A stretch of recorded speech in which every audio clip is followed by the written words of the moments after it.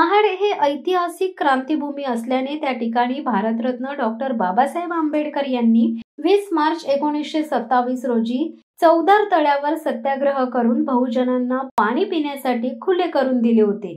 याच ठिकाणी असंख्य आंबेडकरी अनुयायी परदेशातून 20 मार्च 14 एप्रिल या दिवशी अभिवादन करण्यासाठी येत असतात।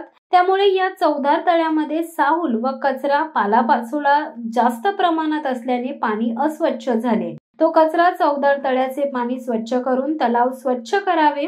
काही दिवसातच 20 मार्च जवळ येत असून या ठिकाणी दररोज आंबेडकर अनुयायी या चौदार तळ्यावर अभिवादन करण्यासाठी येत असतात। यामुळे तळ्याचा परिसर व पाणी स्वच्छ करण्यात यावे अशी मागणी महानगर परिषदेकडे राष्ट्रवादी काँग्रेस पक्षाचे शरद पवार गट महाड तालुका उपाध्यक्ष श्यामबाई कासारे यांनी केली आहे। त्यांनी आपल्या निवेदनात असे सांगितले आहे की महाड चौदार तळे स्वच्छ न झाल्यास तळ्यावरती उपोषण करण्याचाही इशारा दिलाय। शिवसत्ता टाइम्ससाठी निलेश लोखंडे, महाड। दे धडक बेधडक वृत्त देणाऱ्या आपल्या शिवसत्ता टाइम्स न्यूज चॅनलला लाल बटन दाबून सबस्क्राईब करा आणि बेल आयकॉनला क्लिक करायला विसरू नका।